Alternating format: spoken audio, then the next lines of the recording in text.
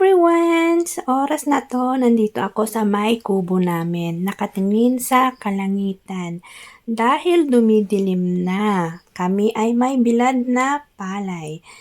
Ayan, ang dilim-dilim na ng kalangitan ngayon. Tingnan nyo naman, tandyan na, baka parating na rin ang ambon o ulan. May bilad kami na palay ngayon. Ito yung binilad ng tatay ko na palay, 3 sako ito. Dahil may pinuntahan sila, ako yung nakatuka. Ayan, nandyan din yung mga manok namin na pasaway. Kumakain din sila dyan. Kung saan maraming pagkain dun sa may baba, ayaw nila. Kung saan yung nakabilad, dun yung kakainin nila. Ayan guys, samahan nyo ako para tayo ay maghakot ng bilad na palay. Ayan, ganito pala kami magbilad ng palay. Hindi na namin nilalagyan ng net kasi dito na direct na siya sa semento. Dito na lang binubuhos ni tatay yung palay.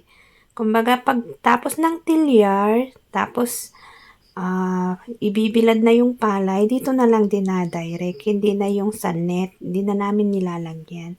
Kaya pag dumilim na, kami ay maghahakot na ng bilad na palay para hindi abutan ng ulan. Kasi pag umulan, nako baka agusin tong mga bilad namin.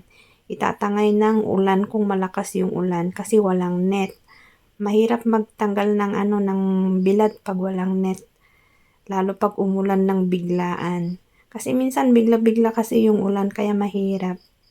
Ayan, nandyan yung mga manok namin talaga kung saan naman yung maghahakot na. Nandyan sila nagsisidatingan na. Pero okay lang naman na kumain na sila dyan.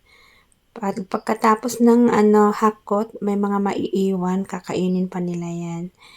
Ayan, hindi pa sana ako magtatanggal kaso nga lang dumilim na kasi baka abutan ng ulan, mag-isa pa naman ako.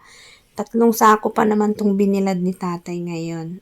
Kaya mahirap pag mag-isa ka tapos abutan ka ng ulan. Kaya nagmamadali na rin para matanggal na. Kasi sayang naman pag abutan ng ulan tapos ibibilad mo ulit. Kaya mabilis lang naman ito kasi 3 sako. Kayang-kaya ko naman. Ayan, si ate. Si ate na taga hakot ng palay. OFW noon, naghihirap na ngayon. Ganun. Just kidding lang, guys. Thanks everyone for watching. See you again on my next video.